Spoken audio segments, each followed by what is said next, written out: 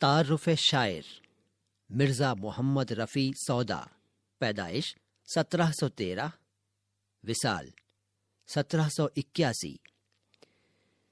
مرزا محمد رفیع نام، سودا تخلص تھا۔ ان کے والد بغرض تجارت کابل سے دہلی آئے اور یہیں آباد ہو گئے۔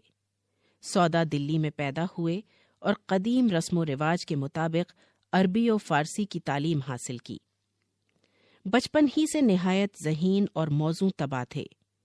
ابتدا میں فارسی اشعار کہے اور کچھ دن سلیمان قلی خان وداد کو اپنا کلام دکھایا۔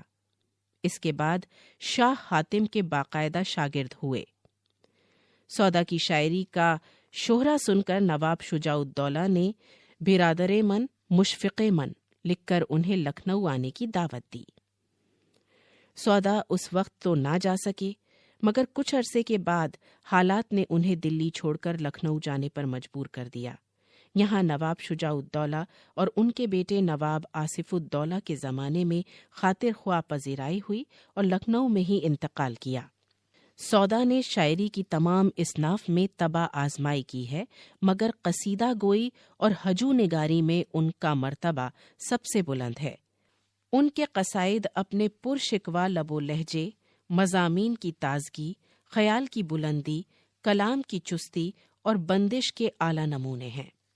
اردو قصیدے کی تاریخ میں کوئی بھی دوسرا شاعر سودا کے مرتبے کو نہیں پہنچا۔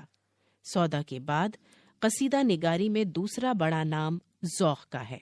سودا مزاجن قصیدے کے شاعر ہیں، لیکن ان کی غزلیں زبان و بیان کی صفائی اور لہجے کے تیکھے پن کی وجہ سے اپنی خاص پہچان رکھتی ہیں۔